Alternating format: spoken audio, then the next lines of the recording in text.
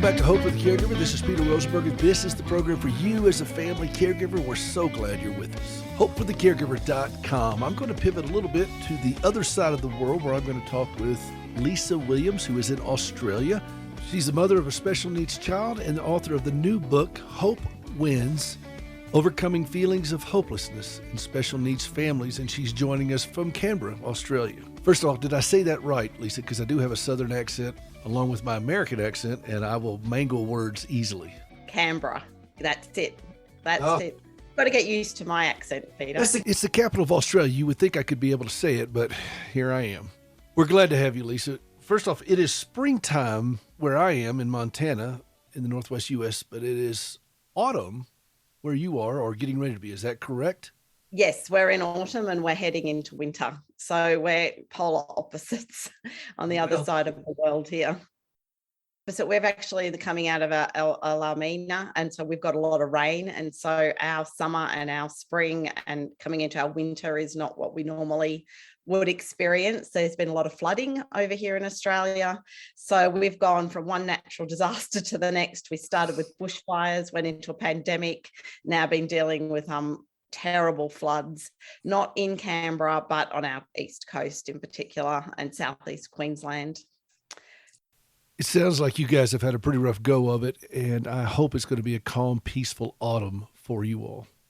Well, let's talk about your family's journey. You have a son who has autism. He's 21 years old. You also have two older children, and your family has walked through some challenges. What surprised you about this journey? I think for me, the surprise came because it wasn't the life that I had planned for myself. I talk about being sidelined in my book and feelings of feeling, I guess, a little bit gypped, that I had hopes and plans. One thing I resonated, Peter, with you as I've read some of your story is I actually have a Bachelor of Music like yourself, and I was a musician.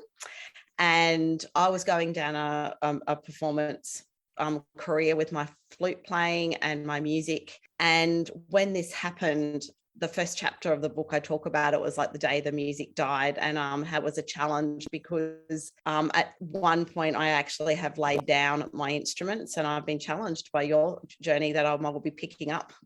I'm so glad to hear that, because flautists are wonderful musicians. What else do you play besides the flute?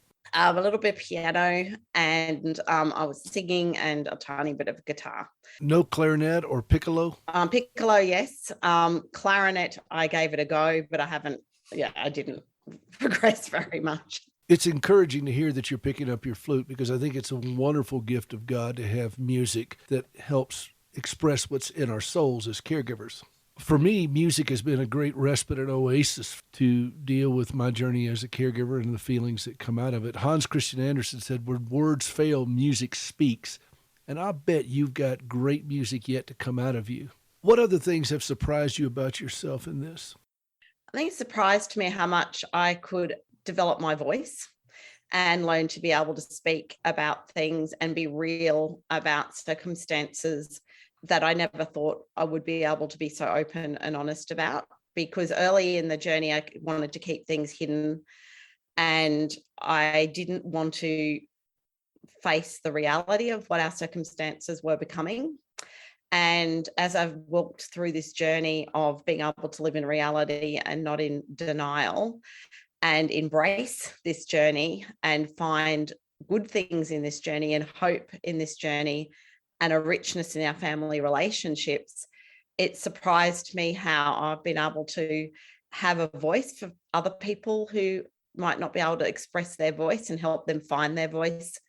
It surprised me at how much closer our family relationships have become, and just that amidst what could seem to be a really hopeless situation, that there is hope, and also growing so much closer in my personal walk with Jesus as a result, as I've allowed him into that struggle, I guess, to produce something of worth and to shine through our circumstances.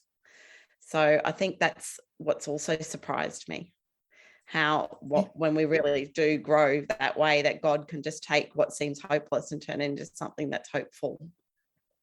That's what he does, and I'm counting on it. I've staked my whole life on it. Your older children, let me pivot a little bit. You have a daughter and older son. How have you been touched by watching your family become cohesive around this? You guys have been married a long time, and the divorce rate in most couples with any type of disability is almost 90%. What are some things that have touched your heart that you've observed, that you've witnessed, that you'd like to share?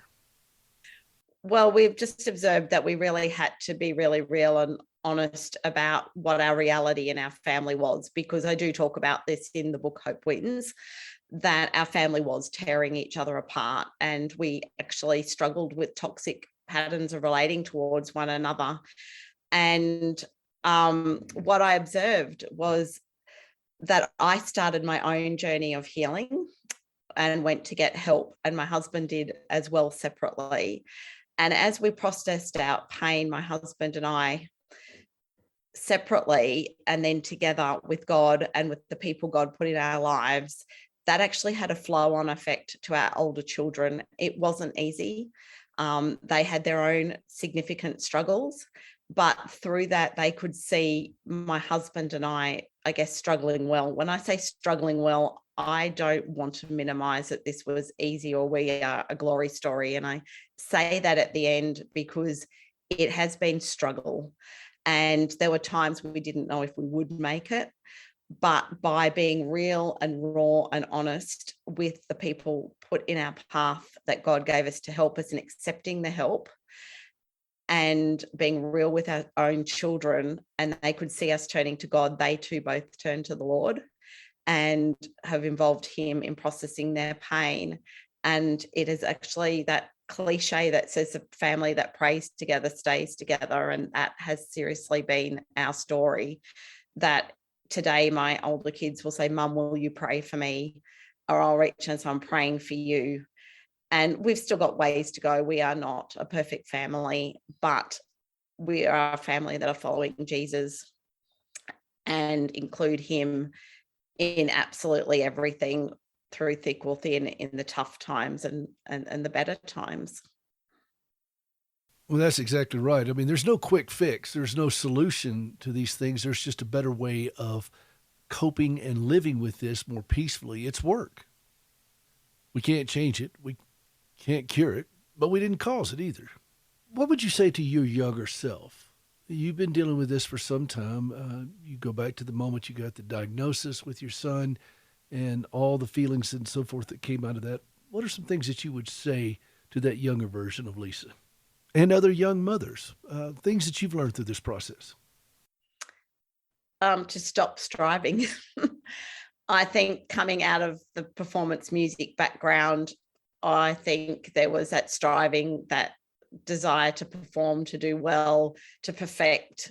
And I wanted to be a really good special needs mum. And as I look back at this book that I've written, and I even look at how the tone of my second book, which will be Hope Prevails, or a similar, haven't completely decided on the title, I can see a different me already writing my second book, because I'm learning to rest more in Christ and trust him on the journey, and to know that I don't have to have it all together. I don't have to have managed all of the therapists and the finances and all the things that go with running a special needs family, but that, I can actually just let go and let God and trust him to move mountains that just seem impossible to move in the natural, and to not be so pent up about that, and just to take that pressure off, because like you said, it is what it is. And coming to that point of peace and acceptance, and to not resist and fight all the time to want a different life or to want things to be different from how they are, I think only wears you down. It has an impact on your health as a caregiver, and can even put a block in your own walk with God, because you're continually feeling cross or resentful or these other feelings, when he's just saying, come to me, I want you to rest in me, I've got this. I love you, and I want to be able to do life with you in these circumstances. Well said. There's a statement I live by: perfection is the enemy of the good. And I think for us as caregivers, we try so hard to be perfect but it's not going to be perfect. It's going to be messy at times, very messy. You know, and as a musician, this has been a principle for me. When I was studying formally in classical music, everything had to be spot on, you know? Yes. But then I switched over to jazz, improvisation. And that's when I stopped trying to perform a piece of music in a rigid sort of way and just started expressing and playing music. It was a different mindset for me. And it's not that I want to play it sloppy, because I don't. I just want to be able to express and play and let it out, as opposed to make sure that I rigidly perform something. I think the music in us is more important than the perfection we're trying to demand of ourselves. Michael J. Fox has a great statement that he made once: perfection is God's business, excellence is ours. And I found that we can be excellent at what we do without putting these unreasonable demands as caregivers for us to be perfect.